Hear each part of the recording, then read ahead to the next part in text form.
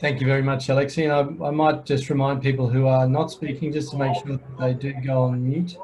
Yes, we're getting a lot of background noise, so you and I will just speak with lovely, clear voices, and I'm sure we'll go through all that. But if everyone can hit their mute buttons, that'll make the sound a little bit better for everyone else. Steve, let's begin with you. Now, you've got some fantastic slides to share with us and some information around how the AI med situation is evolving and where it's come from in Australia in our context.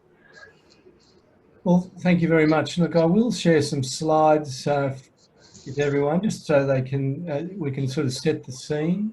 Now, whenever we talk about medical advances, it's really good to talk about the problem. And I think I mentioned earlier to our speakers that, look, if you're going to get sick anywhere in Australia, anywhere in the world, feel comfortable with doing it in Australia. We do get very good outcomes. We look after our patients very well. We have some of the longest life expectancies in the world. And our spend in terms of GDP is actually quite good in terms of OECD countries. However, we still have a problem. We have a large amount of chronic disease. About 20% of Australians have at least one chronic condition, and if you're over 45, that becomes about 40%. And we certainly need to make sure we can look after those people better. Our major funder, Medicare, the spending is the fastest growing area of Australian government expenditure over the coming decades. State governments are very concerned about their budgets, and if you look at the trajectory of hospital budgets, the spend on hospitals alone will overwhelm a state budget unless we do things differently. So we do need to think about what are the opportunities. Already in Australia, there's a potentially preventable hospitalisation for chronic disease about every 2 minutes. Over 280,000 admissions a year. A diabetes-related amputation every 2 to 3 hours. Surely we can do better. And there's a preventable hospitalisation for medication misadventure every 2 minutes as well. And it's been projected that's going to cost about 1.4 billion per year. So it's a very good reason for actually looking at what are the opportunities. Even our patients would complain about fragmentation of services. And, you know, when you look at our funding model, and there is some issues with that, and government is now looking at it, the payment system really is in conflict with the model of care. We need to think about longitudinal care for those patients. And certainly we need to think about provider accountability and transparency, and the digital world is going to help us underpin some of those changes. Now, why do we need intelligent systems?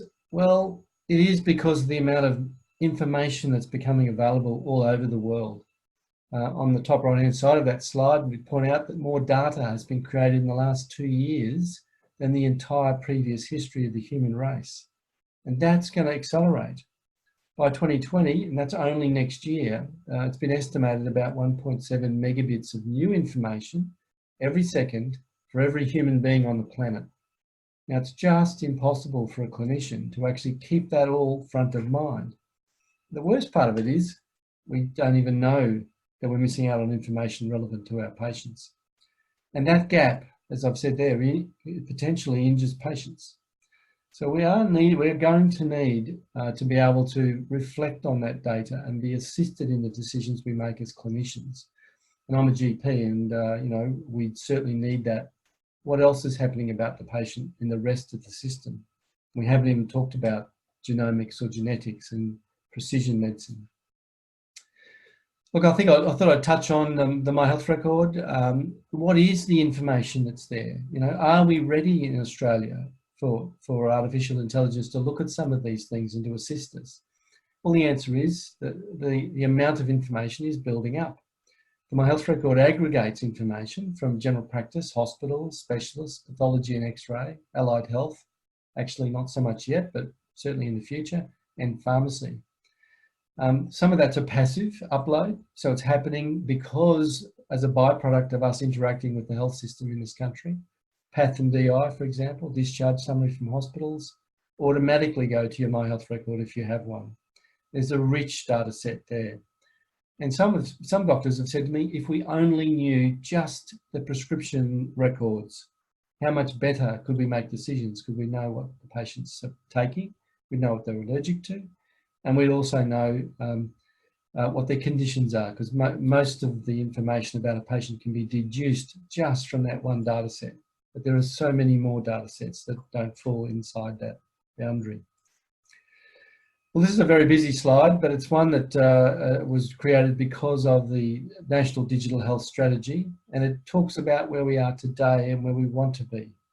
And many of those areas will be underpinned by better information sharing, whether it be mental health, whether it be those drug misadventures, whether it's just the ability to see previous results and have that presented in an intelligent way. And I don't propose to go through that in any detail, but that's the sort of thing that we'd like to see in the future. We want to know more, our patients want to know more information about costs and outcomes. Clinicians want to know more about the patient and about the sorts of things that we can help us make decisions. So that's the scene I just wanted to set, and I'll stop sharing if I can work out how to do that, and we'll come back to Alexi. Thanks very much, Steve. It's a very fascinating insight into where we are in Australia, supposedly in, say, only the last 5 or 10 years, and you can really see how data has made a dramatic effect and a dramatic difference to, I guess, clinicians when they're trying to deal with patients. I think the main thing, and probably the issue that is faced by both clinicians and patients alike, is really understanding and knowing where the data is. Could you speak a little bit to the aggregation of that data and how important that is for really building an environment where people are comfortable with having their data shared? Oh, you're still muted there, Steve. Do you want to unmute yourself? You've touched on exactly the problem we have. And in Australia, we have a primary care focused system, and it's really the primary care provider that should have most of the information. But even that is an informal arrangement with your primary care physician.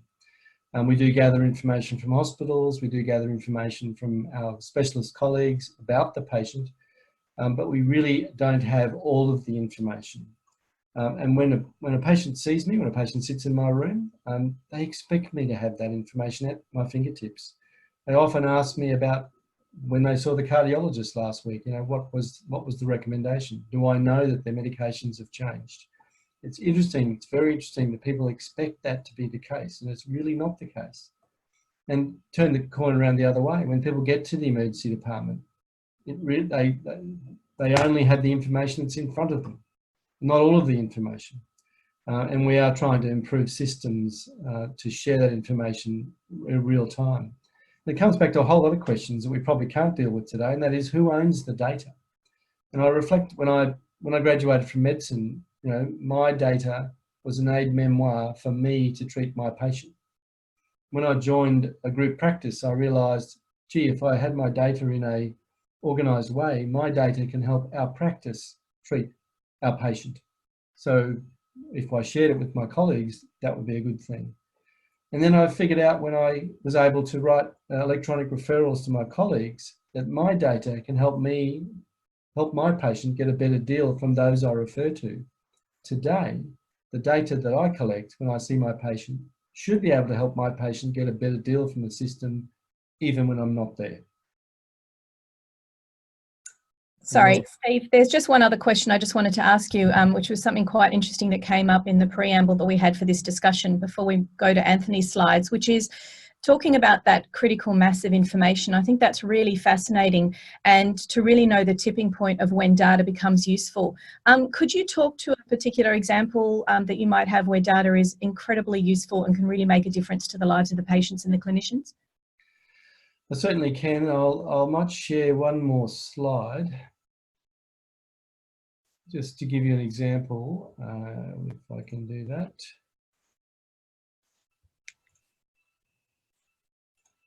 There we are, and this is a slide that was a reflection on the my EHR utilisation in the Northern Territory. So this was prior to my health record, and it gives you a timeline about from 2008 to about 2012. So it was, and you can see that this is a river chart showing information that was shared and observed by someone else other than the person who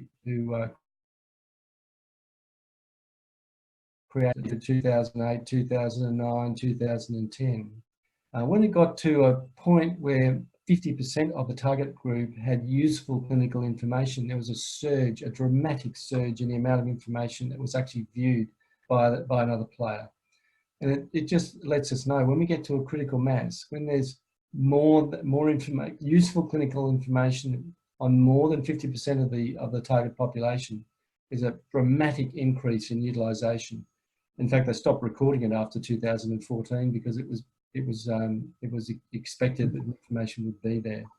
In fact, when I went to the Northern Territory and talked about my health record, the transition to the product we've got now, clinicians actually said to me, this information is so useful that if you shut this down, we'll pay for it ourselves to keep it running.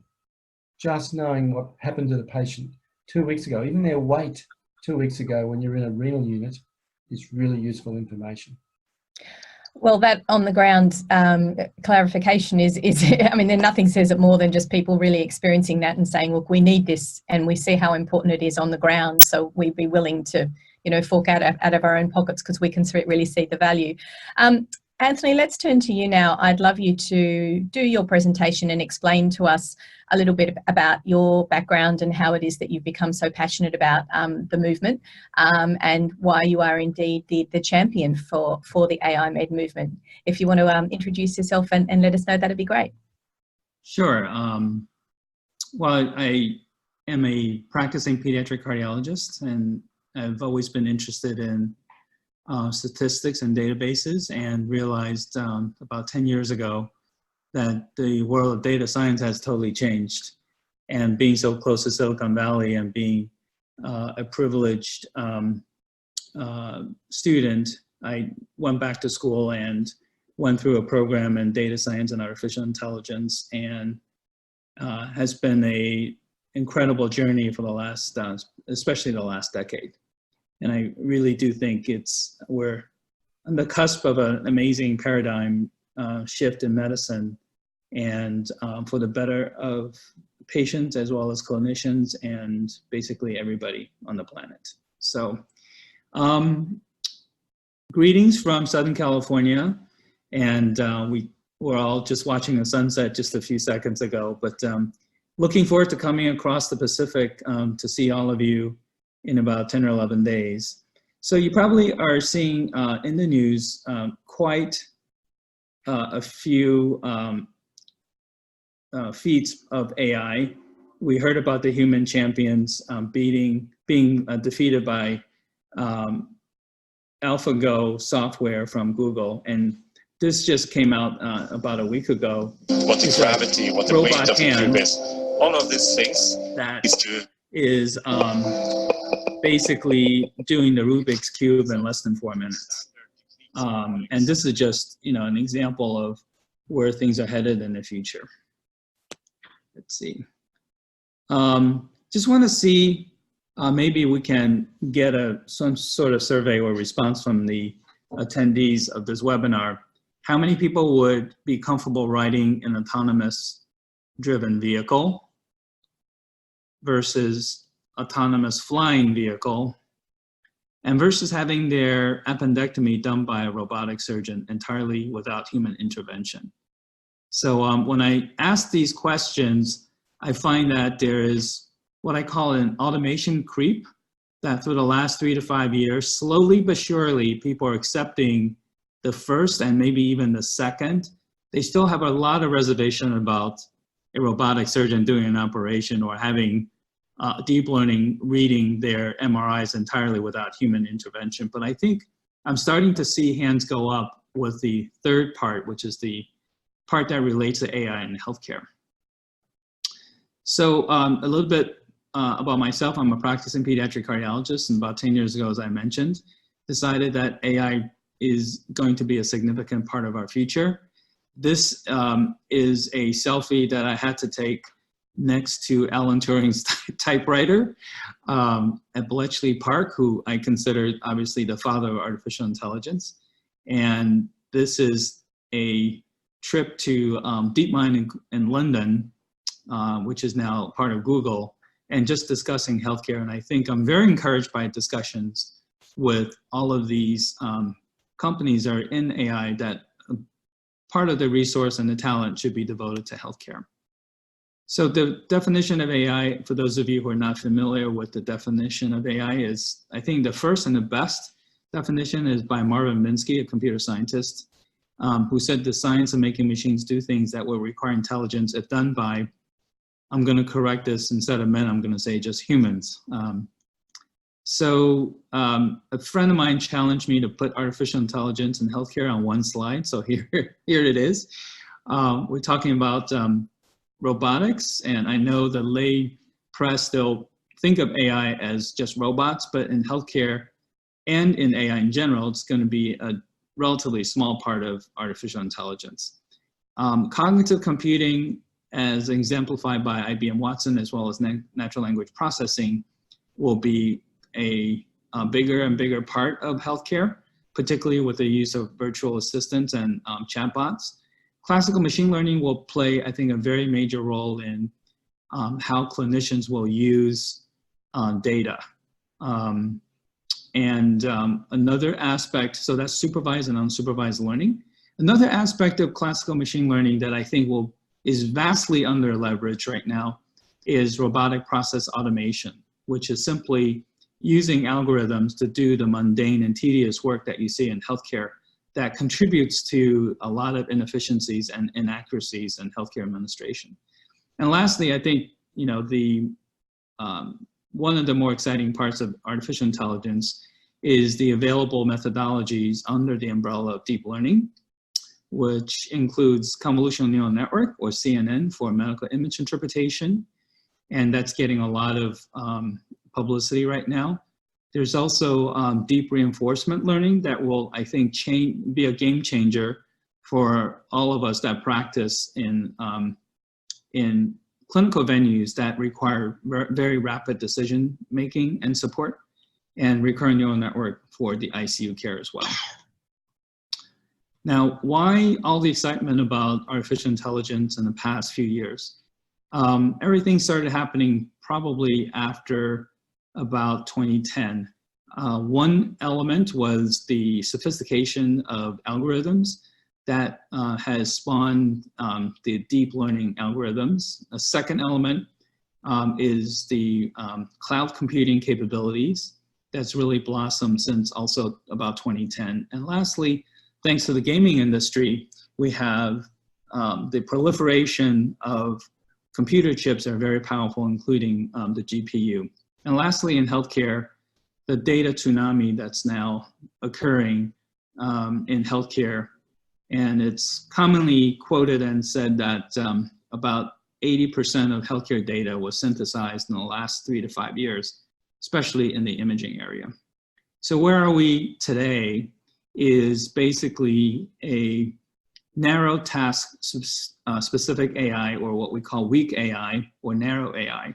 It's very good at specific tasks, game playing or classifying skin cancer. But I think where we're headed in the next 2 or 3 decades is tremendously exciting, because it's what will be general AI, or AI that is what I call smart AI. So in other words, AI that's finally going to resemble how human clinicians think.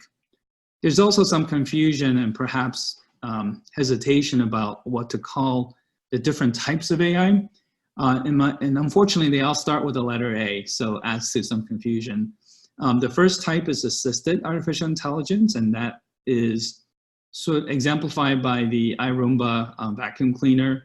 The system is set up so it's automating repetitive tasks without much human intervention. And in healthcare, there's an example of robots now doing blood work from start to finish without human intervention. The augmented intelligence is getting a lot of notice right now, and that's humans and machines collaboratively working together with decisions or medical image interpretation. Watson for Oncology is a good example of cognitive computing that's augmented intelligence. And I think what intimidates people, and including some clinicians, is the third type, which is autonomous AI. And that's when decisions are made by intelligent systems without the need for human involvement, and also learn on its own. And an example of that in healthcare is IDXDR, which is a software, a deep learning software that can interpret fundus photographs of retinas. So for some clinicians who are intimidated by or afraid of autonomous systems, it's already here. So we have to start getting used to it. And this is just a simple graphic showing you all the areas that are being tackled by machine intelligence. So it's image interpretation with convolutional neural network with deep learning, machine learning, natural language processing, as well as decision support. So I think something that Steve alluded to, which is I think worth repeating, is that artificial intelligence is sort of the top of the pyramid with knowledge and information beneath it, but the data foundational layer is absolutely critical. And I think AI needs an excellent foundation of data informatics and information. So an analogy that I draw here is think of AI in healthcare and medicine as you inviting a special guest over for dinner. You're going to need to do a lot of house cleaning and bone up on your culinary skills. So that's sort of getting the data and information layers prepared for the artificial intelligence. And I was telling Steve earlier that I think one of the biggest dividends of artificial intelligence is actually that hopefully finally we're going to have a great incentive to get our healthcare data accurate, more complete, and more organized.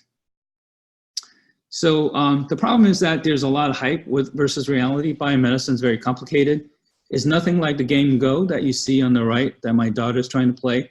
It's, for me, biomedicine, especially Busy Night in the ICU, is more like the real-time strategy game that you see here in StarCraft.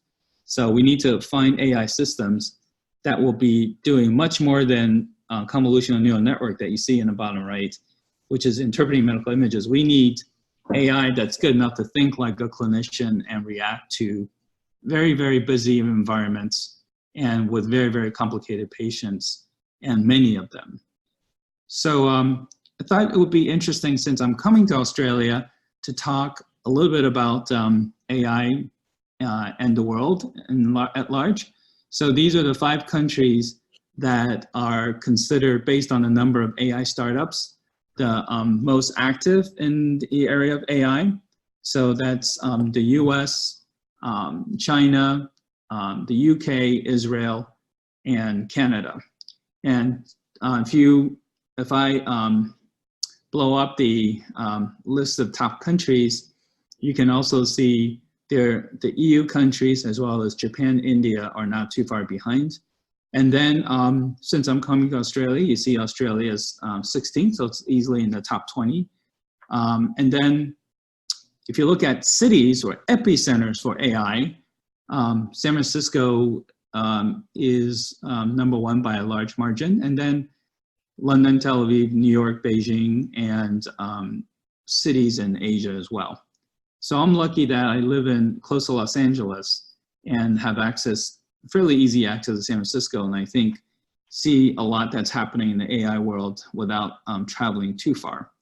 This is the number of publications with the percentage designating the number of papers, the percent of papers that are quoted at peer-reviewed journals.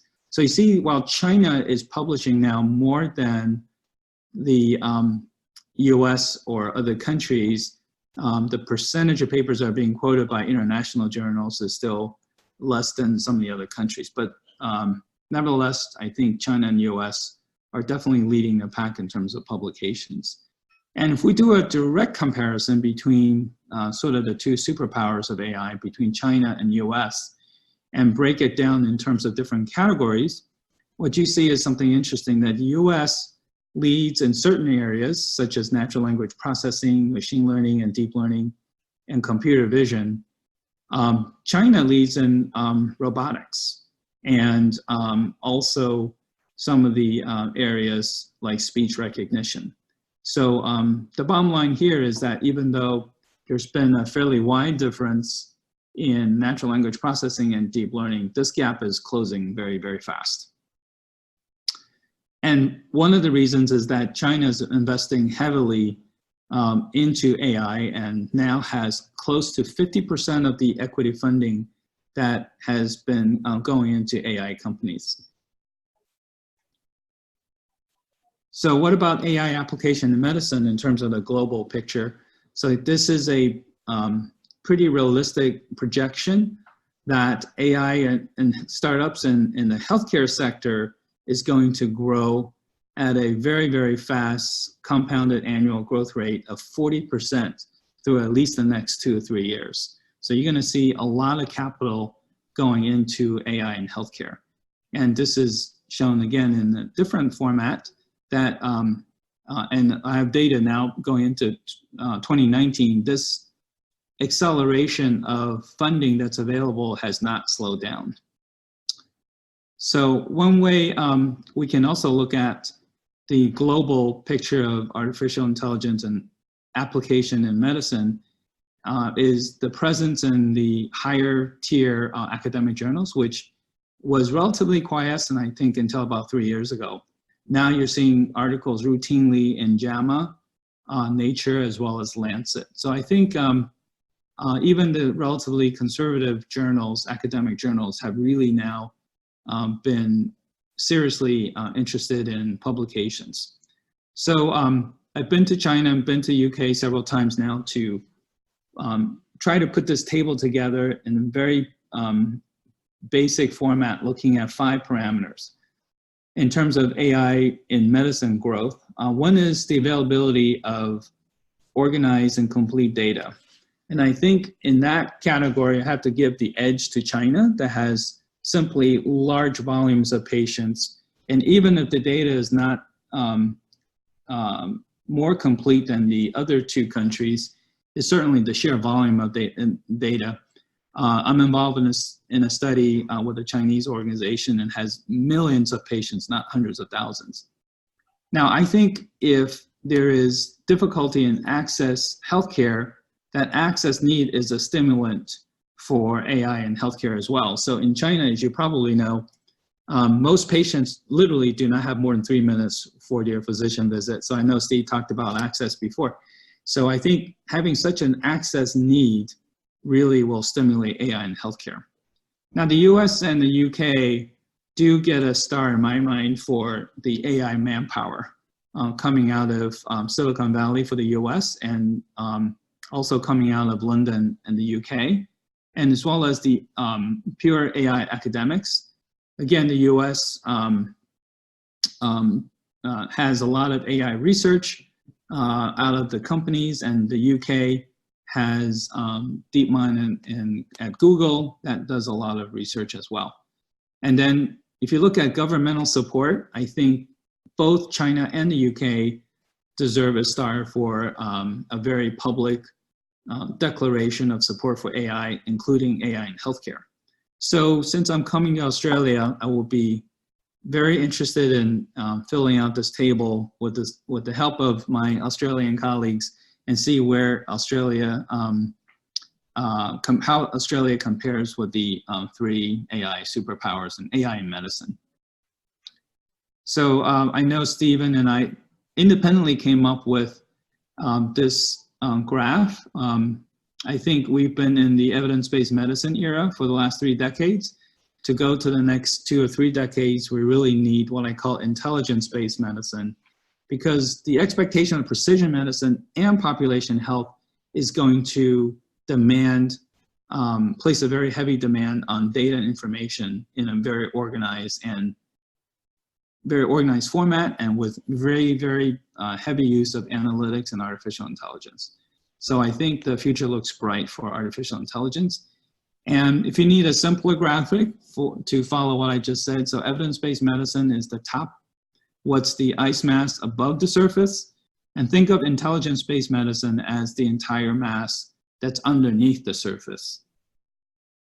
So in a nutshell, I think AI in healthcare is at the early Wright brothers stage of aviation, but I think in a decade or 2, we'll be venturing out to space and going farther and faster than any bird we know. So think of artificial intelligence as a a resource rather than a research tool, but as a resource that you can use throughout the hospital for both clinical and administrative work. And for clinicians, I think of artificial intelligence as a set of tools or a new lens that you can look at traditional medical problems that haven't been able to be solved in a lot of subspecialties. I'm a cardiologist. I would say 2/3 or more of the clinical dilemmas and debates in my field has not been resolved in the last 3 or 4 decades since I've been in practice. So for those of you interested in getting some resources, this is a wonderful short article on how do you AI power your organization, and it's all about cultural change. It's not just about the technology. And also, I think the top books for the last 3 years, Andrew McAfee's Machine Platform Crowd is an excellent read from 2017, 2018. I think the best book was by the Toronto Group on looking at AI as prediction machines. There's actually quite a bit of discussion on healthcare in that book. And lastly, for this year, I think the best book has been by Thomas Siebel, talking about digital transformation. Again, that's a must read, I think, for any healthcare leader.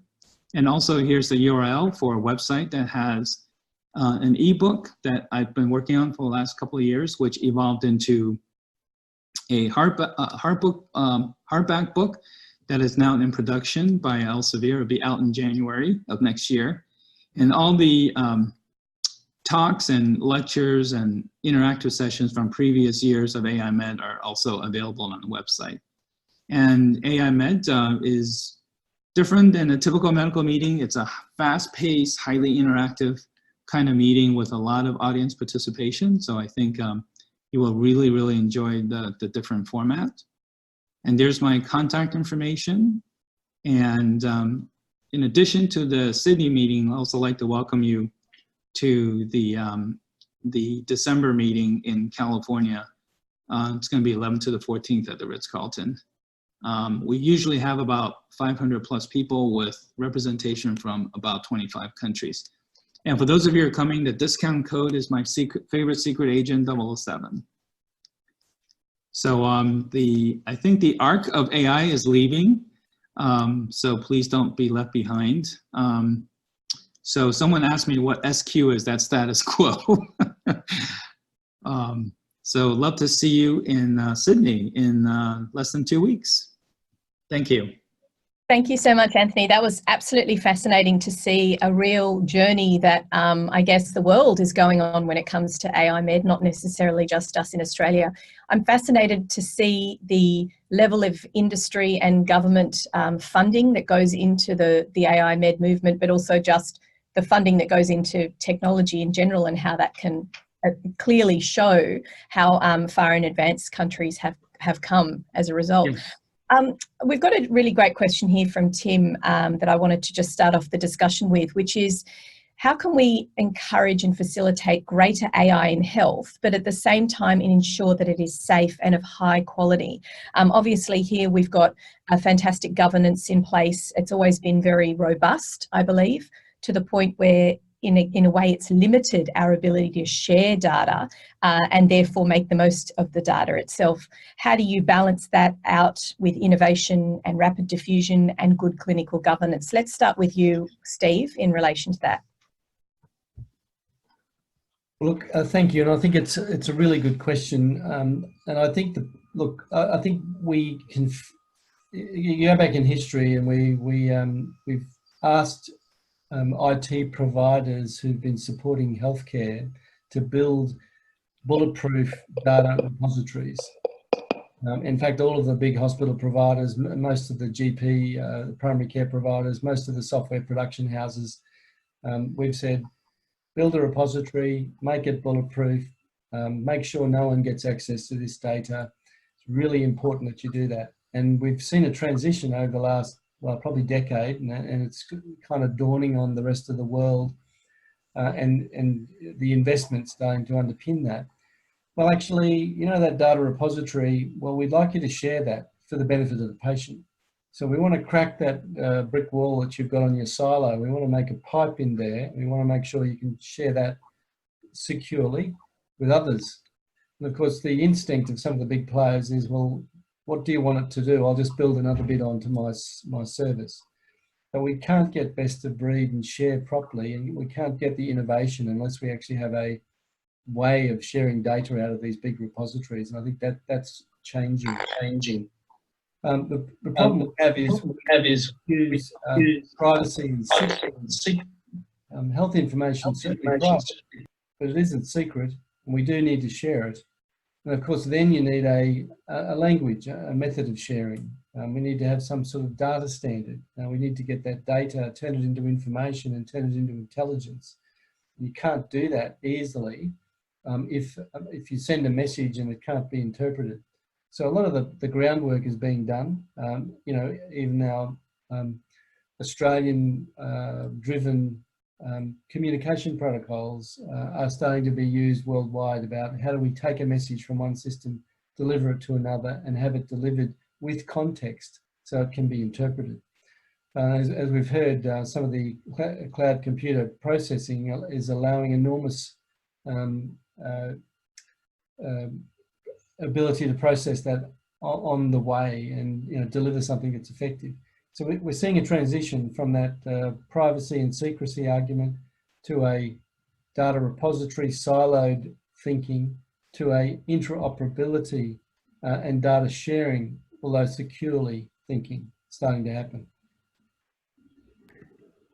Steve, it's good to see that evolution is happening here in Australia. Anthony, can I ask you in relation to finding that balance? Are there other countries that have, in your opinion, nailed it and are finding that balance between good governance and innovation and diffusion of data? I think you're mute. Just unmute yourself there, Anthony, first. Yeah, no. I think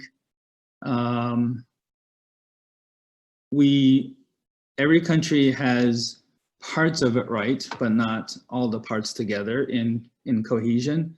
Ironically, some of the countries that are exploring both informatics and AI have the advantage of not having to re-engineer or fix a lot of the problems in the existing system. So I want to give a shout out to, if anyone's from Estonia, I'm very, very impressed with what they've done in terms of informatics and tie it into AI in a much seamless fashion. But I think, and then a few hospitals in China seem to be doing that too. So it's almost as if, it's almost that a country without a lot of existing infrastructure for IT have an advantage of bypassing or leapfrogging all the problems that you see in IT and start from scratch and do it right that's better for AI enablement than you're used to. So I think it takes a lot of education for everybody, from the clinicians to the nurses, to hospital administrators, to industry. There's a lot of misconceptions, I think, that need to be put aside. And what I see, because I deal with both worlds, both the AI world and the hospital clinical world, what I see is the AI world underestimates how complex biomedicine is, and is declaring, I think, victory sometimes prematurely, just because they've tackled medical imaging. They think they have solved the enigmas of all of medicine. So they're guilty of that. On the other hand, the clinicians and the hospital administrators are guilty of probably vastly underestimating the impact of this resource for the mid and long term. They still remain somewhat skeptical about the short-term dividend. So I think both sides can probably work on the misconceptions and try to come a little bit closer to the middle. I'd like to ask you a question in relation to another sort of collaboration that AIMed really celebrates, and that's the collaboration not only with clinicians and governance, but also with the AI sector themselves. You've always got them in the room when the summit's happening, Anthony. One here is asking the question that, how do you make, I guess, the evidence of AIMed and how it improves patient outcomes so considerably? How do you translate that to a better collaboration between industry and healthcare? Is it through summits like AIMed? Is it through better roundtable discussions? What's working in other areas, and what do you think would work for Australia to get everyone in the room? Well, I think creating an ecosystem that's balanced and respectful of everyone in the ecosystem is very critical. So I always say AI in medicine agendas are always driven by very good human-to-human interactions across hospitals or between the AI world and the clinical domain world. And I think someone said, data scientists are from Mars and clinicians are from Venus, and they rarely speak the same language. And I think the way you can get around that is for people on both planets to spend a little time on the other planet, first of all, and ideally have people that can speak both languages. So I'm proud to say that increasing number of clinicians are going back to school or going through their medical education to include data science than definitely a lot more than 5 years ago. When I was at the Stanford program, I think I was one of 2 or 3 clinicians in a program that had close to 100 people, 100 students. And that's at Stanford, which I consider one of the epicenters of data science and AI. So, but now I think we're at about several hundred now of clinicians with a current data science background. And there are even a few schools in the US that mandates a data science degree with your medical degree. And they're graduating about 50 students per year. So I think we're gonna start seeing clinicians that will take data science as one of their skill sets when they practice medicine. And I think that number is going to be exponentially increasing. I'm also encouraged that some data scientists actually have devoted their careers to medicine as well, including a couple of students have actually decided to go to medical school and get their MD degree as well. So I see a very, very healthy and promising crossover from both sides. Steve, if I could turn to you in relation to the question about education. We were discussing this in the preamble to this webinar last week. Obviously, having clinicians, existing clinicians moving in and educating themselves further is fantastic, but how do you communicate this forward thinking, this future of Australian healthcare to the students who are currently studying? Do you think there's a bit of a disconnect in Australia with what they're learning now? Are they learning the current model or are they learning the future of healthcare? Well, I think there's a bit of a mixture, and I think tomorrow it will take care of itself in the sense that there's a lot of people starting to be, come from the digital native generation. And my daughter often walks past me and sees me struggling with something and says, "Dad, this is how you do it." And that's all what she's always done. And so I think there's a different way of thinking happening. When I say there's a bit of each happening, of course, then those very interested, very digitally savvy students go out and learn from their seniors, from us, and we kind of like doing it the way we've always done it. And there's a bit of a danger that we're teaching people the way we've always done it, and it may not be as fully integrated as it should be. And yet some of our senior people are actually taking notice of what's happening in this area. The learning curve is difficult for senior clinicians who are leaders in their field but not comfortable with some of this material. And as we've just heard, in the early part, in the transitions, it's actually getting harder, not quicker, perhaps to actually deal with the patient load that's in front of us. And that early adoption can actually lead to some sort of slowing down. And in a busy clinical environment, it's very difficult for clinicians to actually get over that early issue, and we may be able to solve that. I mean, our natural language processing may mean instead of having another person in the room taking notes, there's a speaker listening, putting the notes into a structured format. The same speaker may well be making suggestions to the clinician about, well, you're talking about the following, and I've brought up the last thyroid function test that the patient's had. And here's a few suggestions about this person based on what the intelligent system might know. So there are going to be ways of actually making that transition, but we need to be very careful that when those young, enthusiastic, digitally savvy people come out, the seniors, and I'm one of them, teach them the way we've always did it, and don't embrace the opportunities that are in front of us. You raise a really good point in relation to the back end of being in healthcare. There's a lot of technology that's not necessarily specifically aligned with medicine that can assist people in their everyday functionality when they're clinicians or running a small business. There's certainly a lot of things in the back end that we need to be aware of that can help people, I guess, become more efficient in their day-to-day workings as well.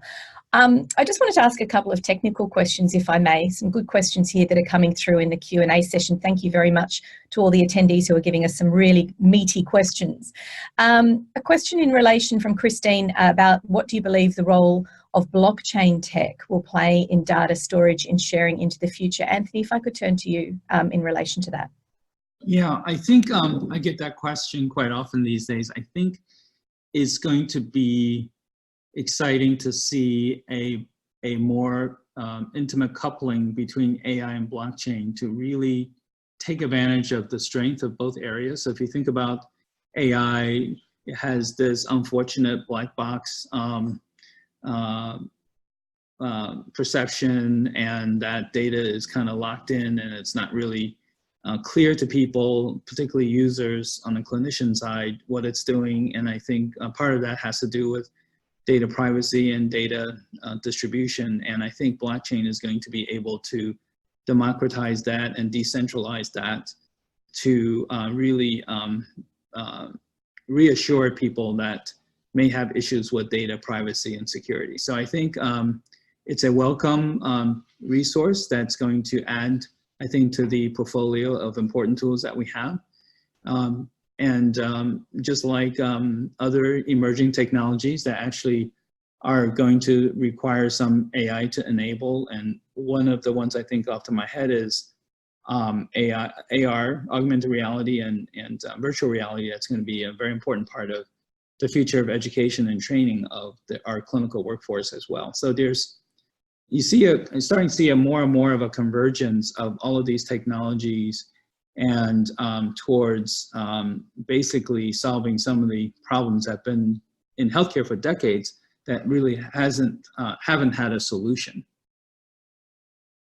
But I think I just want to briefly reiterate what Steve was talking about earlier, and that is, I think I hear the language from some of my senior colleagues, and I consider myself a senior clinician now, just trying to wait out the AI wave and to their retirement and not really want to get involved.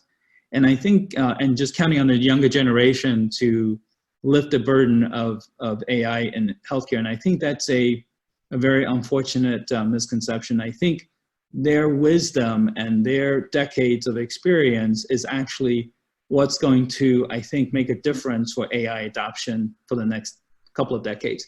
I think we've sort of reaped the benefit of deep learning and medical imaging. For us to really have widespread adoption and effectiveness of AI in medicine and healthcare, we really need the human cognition part back in the game of AI in medicine. And that's going to require all the clinicians to help with this process. So I think I'm hoping that the senior clinicians will see that their contribution is going to be very, very substantial in the next decade or so by just sharing their human wisdom and experience to enable AI to the highest degree. Steve, if I could turn to you, I've got a question here in relation to the balance of funding. It's quite interesting. I was actually attending a breakfast this morning with the Minister for Communications, and he was literally discussing this exact topic when it came to small business and innovation funding, and that there needed to be a rethink around the way that we fund innovation. And it's almost, I think, relevant to what we're talking about in healthcare. And the question largely is around, there seems to be funding cuts and projects put on hold almost systematically and quite frequently, and there just doesn't seem to be enough funding in the short term. Do you think that there's a likelihood for big business and corporate and government to all work together to move this forward? Or do you think that the absolute necessity of having AI as patient outcomes improve will be what drives the innovation funding? Look, I think the answer is multifactorial, and you know, it was great that Anthony took us through the investments that are happening in other parts of the world. I mean, there are obviously various parts of the world who are being pushed into this area because they just have no other choice. You know, if you get 3 minutes with your doctor in China, you just can't process the number of people we need to process. And you know, last time I was in China, the emerging lifestyle-related diseases, non-communicable diseases, a huge challenge. To get a health system that's able to handle that, you do need the investment. Now, Australia is dipping its toe in the water. It hasn't even got its feet in the water yet in terms of investment. We have a digital health CRC. We have the government putting substantial amount of money on the table to work with industry and university to try and develop products that are real, that can be used today, that can be commercialized and can actually self-fund and drive further investment in this area. But it is a toe in the water. It is the largest, it's one of the largest investments in a CRC, so there's a real opportunity, and we've got some big partners internationally and nationally that are very interested. But I think the people who are investing in this need to look at the very, very big players from outside of health who are showing a lot of interest.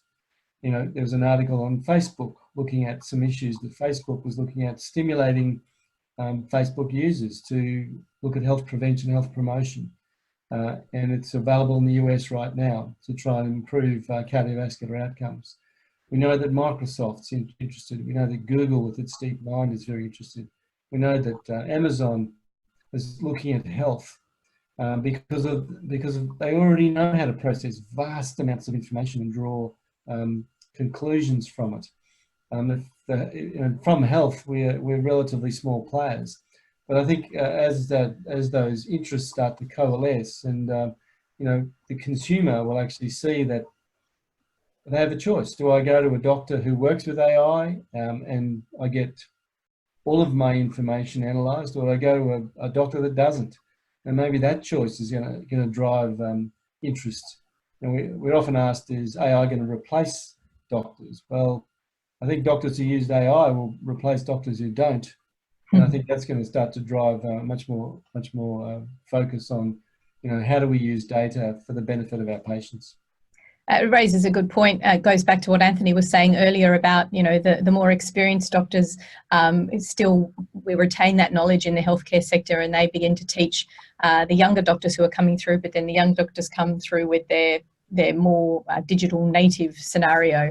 I think it's a really interesting conversation that we're having in and around the whole of AI. Anthony, could I just ask you a question about the way that big business such as corporate and the likes of Google are playing into this field? How are they assisting with the development of AI in healthcare in other areas? Well, I think they're compared to even 2 years ago, they're certainly investing a lot more into getting clinicians to be involved either on their staff or just a much closer relationship. So I'm very encouraged by that, but it also behooves the clinicians to get more involved too. And I think they do have sometimes trouble getting access to hospitals and clinicians. So I think we have to really create, hopefully with meetings like the Australian meeting, just get people to meet each other, have a human-to-human interface, explore possibilities as much as we can.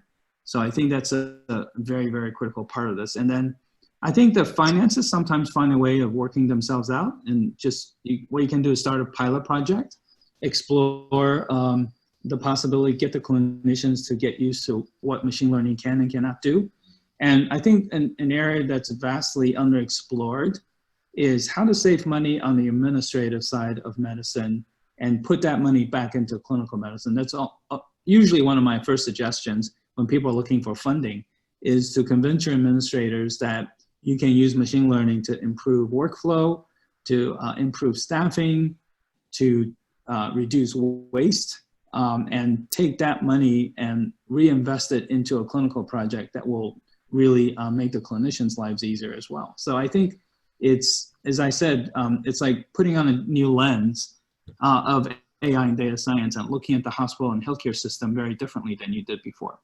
I think that assistance of AI in the back end of running a practice, or in hospitals, even on the big end of town, is quite important. Steve, just to finish up, I just wanted to ask you in relation, going back to what we were talking about with data, is that the fundamental here, or, you know, we haven't even touched on the robotics or the other side of AI and how it can help patient outcomes. What would you like to see happen in the next 5 or 10 years? Look, I think we're going to see an acceleration of the benefits of some of the planning that's been done for over a decade in this country. I mean, we've settled on a clinical nomenclature, a SNOMED CT with an Australian tweak. So we should, and if we don't use it, we should be able to map to it so that we can actually start to compare each other's data. Australian medicine's terminology, we're starting to become native in prescribing systems, so that just makes it a little bit easier for systems to talk to each other. We have communication protocols we can now, which help us to send information and have it received in context. So it is about how the data is created and how it is shared.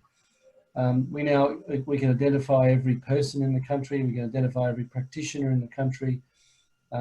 We are getting better and better at security and being able to share that data, you know, that secret, not secret data, but private data carefully. And I think that underpins a lot of that turning data into information, turning it into intelligence. And so the scene is set, as we thought about in our first few slides. And yet there are so many other areas, as you just mentioned, that, you know, I think the question that Anthony asked all of us to consider earlier, you know, how would you feel about flying in a plane that didn't have a pilot? Well, pilots will tell you now they can land hands off. None of us in the back are too concerned. Getting into a car, you know, some of the safest vehicles on the road, you know, we can design them really, really well. But if you turn on the autopilot, the improvement in safety is dramatic. If you take the hands off the wheel, it may even be safer ultimately. I think the challenge for us is that, you know, how would you feel about a robot learning how to take an appendix out? I think that's a really interesting challenge that we all need to think about, because that is about real machine learning. You know, and we have a robot that we use in this country that swims around the barrier reef looking for crown of thorns starfish, figuring out and getting better and better each time how it finds them, how it injects them with a lethal injection to actually do the work. It's very easy to turn that around and say, well, what about in healthcare? What about for routine procedures that have a bit of complexity, but the machine can learn and be better and better each time? But it does start with a common data system.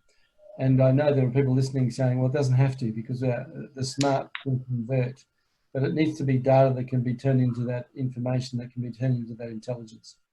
Yeah, I think it's going to be really important for all the machines to work in synergy with the clinicians and to get the biggest yield. And I think 10 years from now, we're going to look back on seminars like tonight and say, well, it's just amazing how far we've come, and can't believe we were practicing medicine with hardly any higher level analytics or artificial intelligence. I think that's what we're going to be saying. So, and as Steve and I were saying, sometimes clinicians don't even know how bewildered they are in terms of not having all the data and information they need. They're just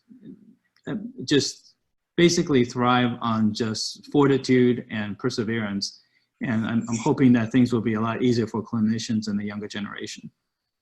Well, that sums up things nicely, and the sun has indeed set on this particular event. Thank you, Anthony, for giving us a timeline there with your screen. Can I draw everyone's attention, please, to the discount code on your screen for the AI Med Summit, which will be on the 12th and the 13th of November at the Hilton in Sydney. If you haven't already booked your tickets, do take advantage of that discount code. And if you can't see the screen, it's AIMED CRC 10. You can use that to get your discount. Gentlemen, thank you so much for joining me. It's been an absolutely fascinating journey to see the past and the future, and how fast that's all accelerating as well. So thank you so much for joining me. for this fantastic webinar. I look forward to seeing everybody, and you, Anthony, and you, Steve, on the 12th and 13th for AI Med Summit. Thank you for joining me so much, gentlemen. Thank you, everybody. Thank you.